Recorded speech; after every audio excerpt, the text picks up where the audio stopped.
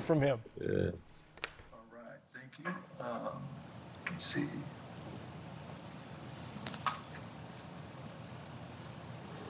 Mike, go ahead. Hey, LeBron, I just wanted to ask you about KCP down the stretch there. You grabbed the rebound off Jimmy's miss, pushing transition, see him in the corner. Just wonder, all the teammates you've had, you know which guys are going to be capable for those moments in the finals game. What you thought of that and his effort overall? I think at the end of the day, if you're on the floor in crunch time, then I believe in you. Who's ever out on the floor with me, I believe can make plays. And tonight was a case in point of KCP. A guy who stays ready, who works on his craft. And like you said, you know, that three in front of their bench was a huge three.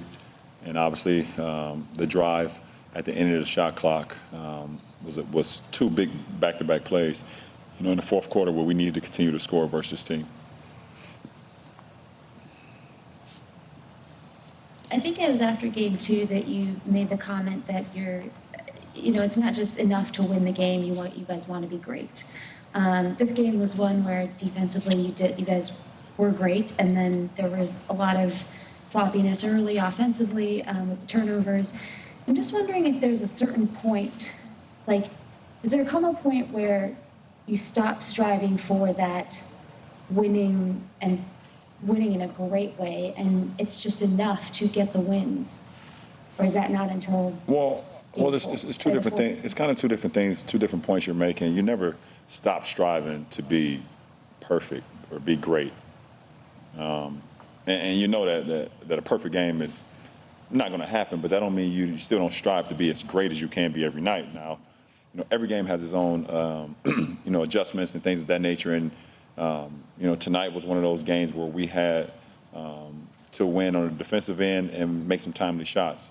But I think when you start thinking like, okay, well, I can't be great tonight, or we can't be great tonight, okay, we just have to figure it out, then you sell yourself short. And for me personally, I would never do that as long as I lace them up and put on a uniform. But I love what we did tonight. Allison?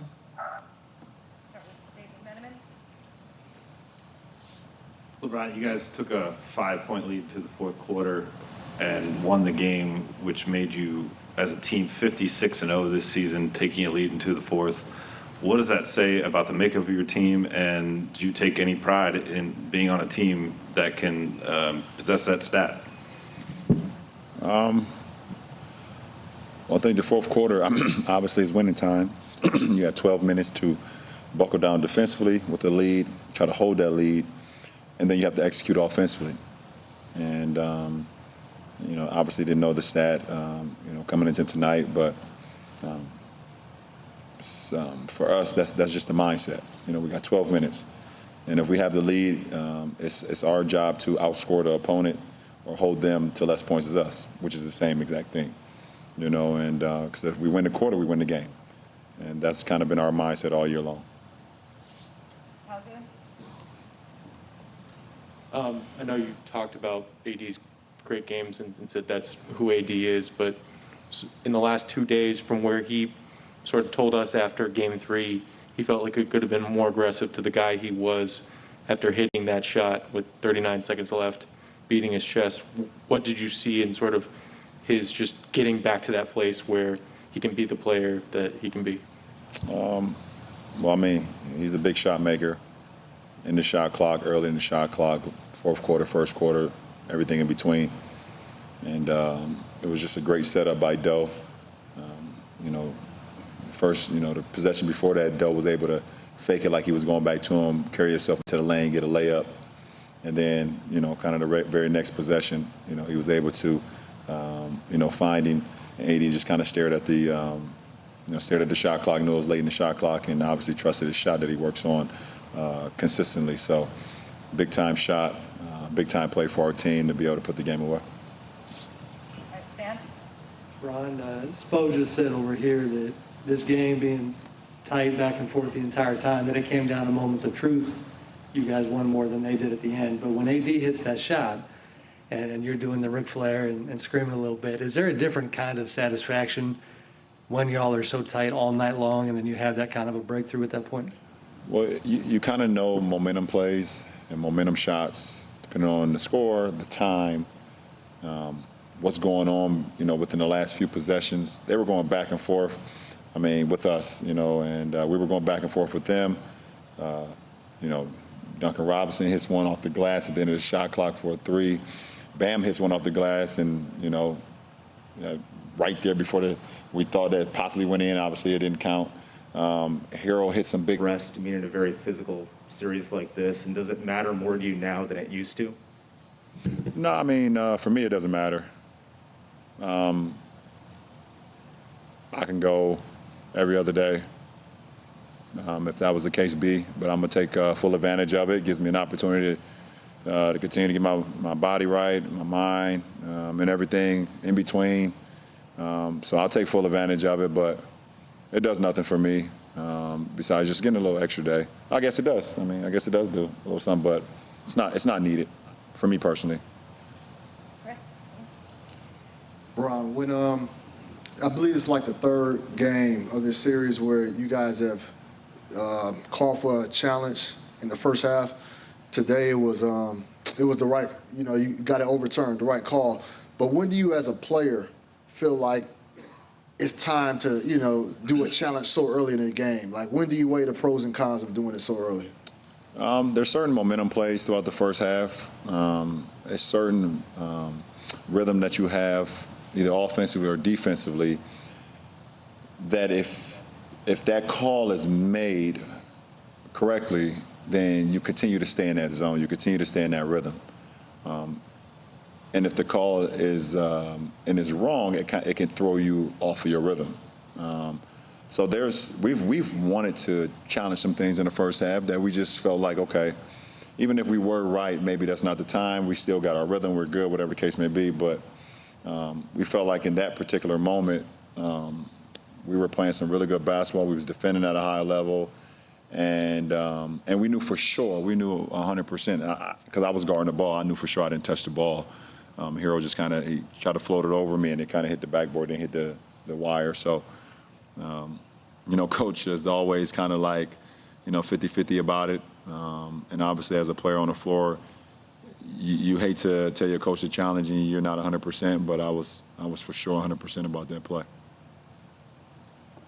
Okay, we'll go to Jeff. Jeff? No, Jeff. That's okay. Thank you. LeBron, in mentioning fourth quarter being winning time, you played just about every second of the fourth quarter in this series. One, given score, are you just predetermined that you're going to play all 12 minutes? And then, what is it about the fourth quarter in your performance and a sense of urgency that might be just a little different than the previous three quarters? For me, at this point in the season, I don't care about rest. I really don't. I don't care about sleep. I don't care about resting throughout the game. And obviously I come out the game, Coach has a rhythm and a rotation that we live by and we go by. But I don't care about resting, because I can rest in a week max if it happens to go there.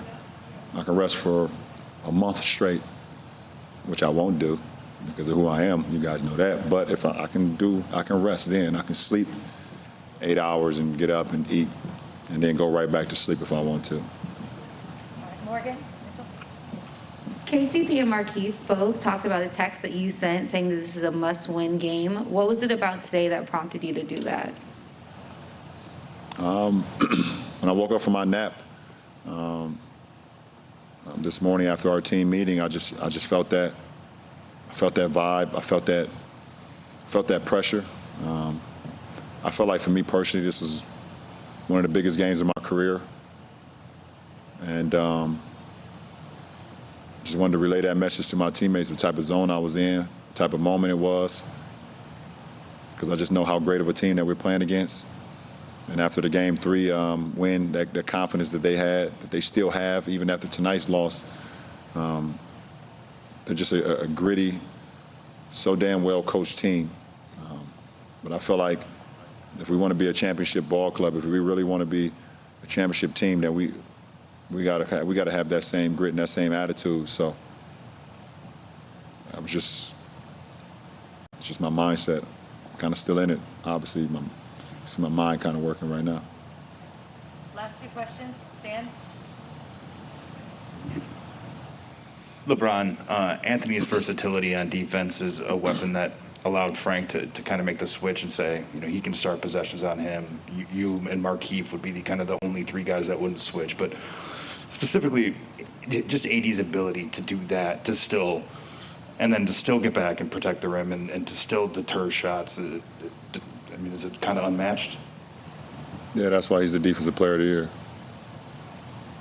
We said that all year because his ability to play 1 through 5, guard anybody out on the floor, take the challenge, not only guard on the perimeter, but continue to protect the paint.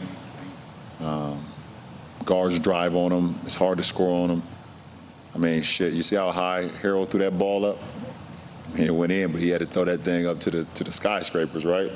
The guy can do everything defensively. Guard, like I said, guard on the ball, guard the post, can slide his feet with guards, can contest, can body up with bigs. Need I say more? Yes or no? No, I won't say more. All right, last question, Will. David Aldridge. Thank you. David Aldridge, please. Ron, this is your 258th playoff game. I think most people who get PhDs usually have about 2 or 3 extra years of education. And I'm wondering, how much have you come to enjoy the adjustment game to next game change that you have to make when you're in the playoffs against good teams with good coaches that know what they're talking about and know how to adjust and they're going to make correct decisions? I think, David, that's the best part. That's the best part.